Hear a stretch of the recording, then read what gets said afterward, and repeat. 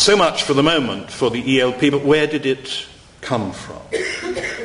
Well, of course, it came from the Council of Europe. The Council of Europe was founded in 1949 in the aftermath of the Second World War to defend human rights, parliamentary democracy, and the rule of law. It was set up really in a defensive mood by the Western European democracies, who were seriously worried about the possibility of further encroachment of the Warsaw Pact westwards. It was founded to develop continent-wide arrangements to standardize member countries' social and legal practices, so that there are documents, there are projects, discussion papers, and so on and so forth, going back over many years on key social issues: capital punishment, the dealing appropriately with prisoners, and so on and so forth. It was also founded, though, to promote awareness of a European identity based on shared values and cutting across cultures. In other words, from the beginning, there was a recognition that if there was to be this defense of human rights, parliamentary democracy, and the rule of law, if there were to develop these agreements across all the member countries, all of that would need to be founded on a program of steady commitment to exchange of a cultural and historical kind. The key instruments of the Council of Europe are the European Convention on Human Rights, which among many other things is a good starting point for arguments having to do with learner autonomy,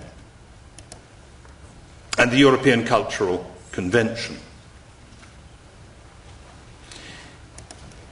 As far as the Council of Europe and Language Learning are concerned, the European Cultural Convention, Article number 2, says it all, but it says it in the beginnings of a style of English which Brussels has taken on and made its own. Each contracting party shall, insofar as may be possible, which of course always means that you can say it's impossible, A, encourage the study by its own nationals of the languages, history and civilization of the other contracting parties, and grant facilities to those parties to promote such studies in its territory.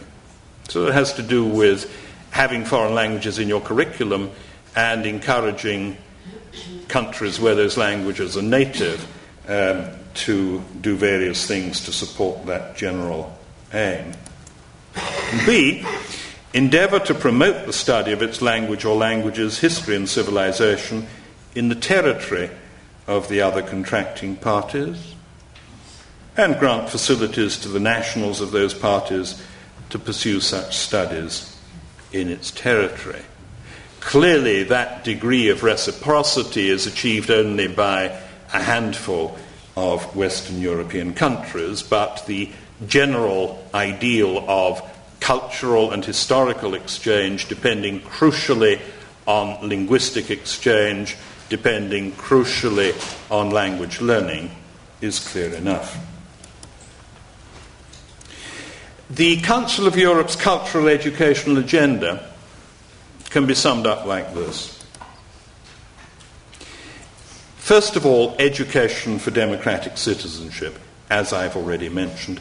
That explains, again as I've said, a commitment to learner autonomy and lifelong learning. Secondly, promotion of cultural and linguistic diversity. Hence a commitment to plurilingualism, hence a commitment also to partial competences. An attempt to get away from the idea that it's not worth learning a language unless you can be absolutely sure of being correct every time you want to use the past subjunctive.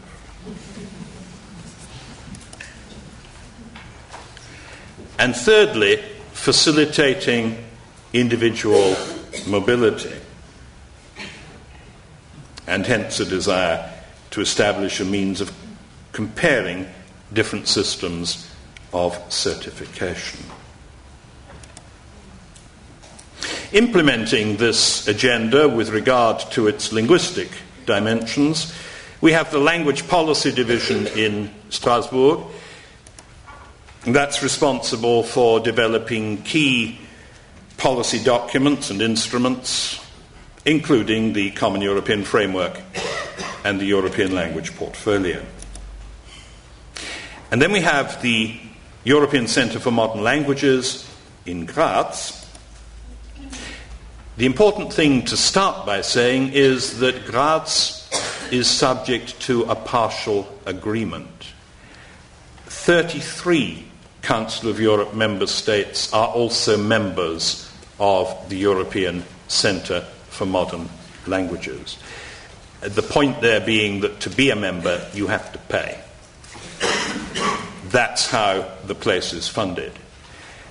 Fortunately, the number of member countries signed up to ECML has increased fairly dramatically since 2001 and the European Year of Languages.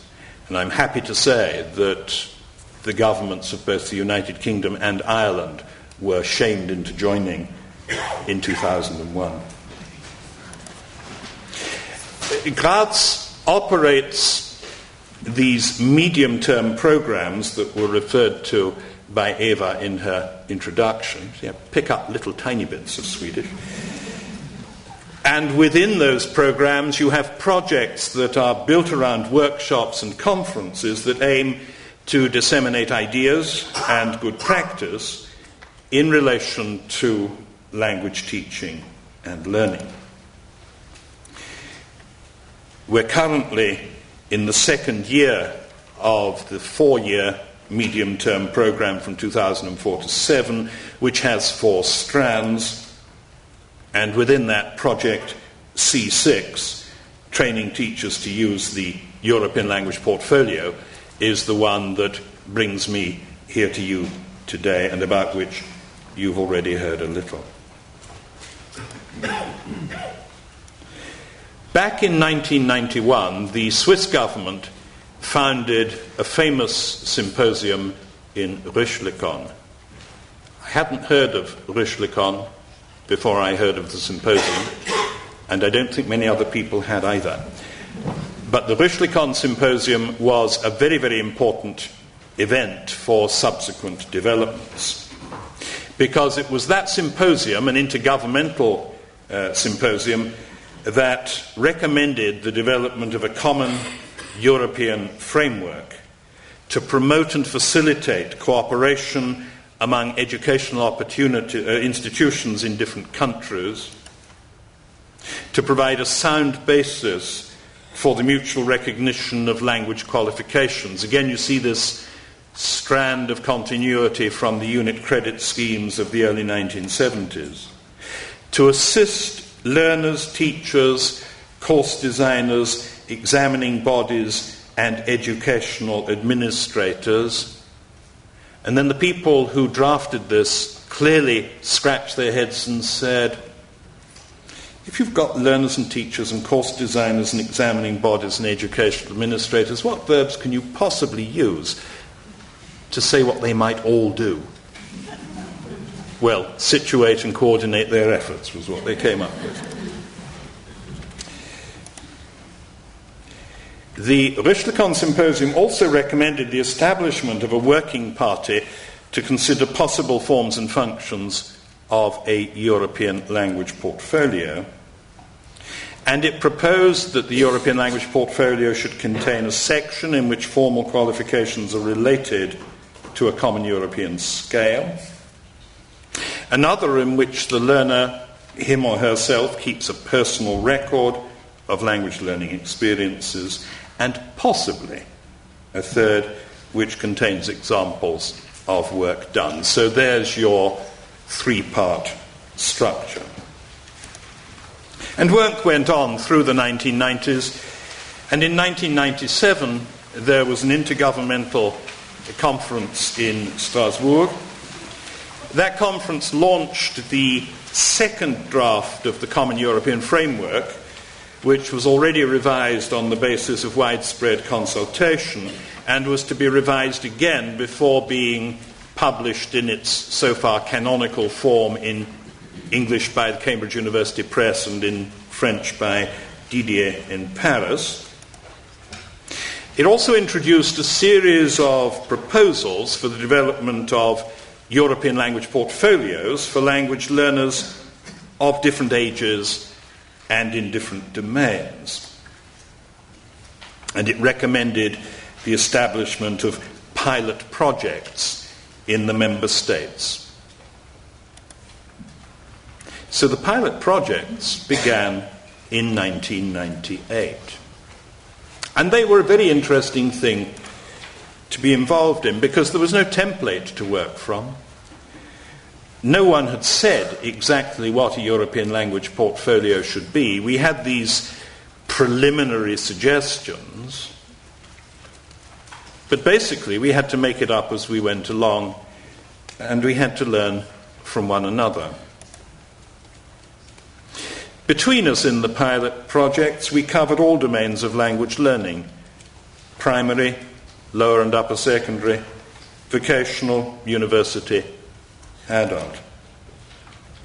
The Swiss ELP project was a very great help to everyone else. The Swiss had conducted the empirical research that underpinned the definition of the common reference levels in the Common European Framework.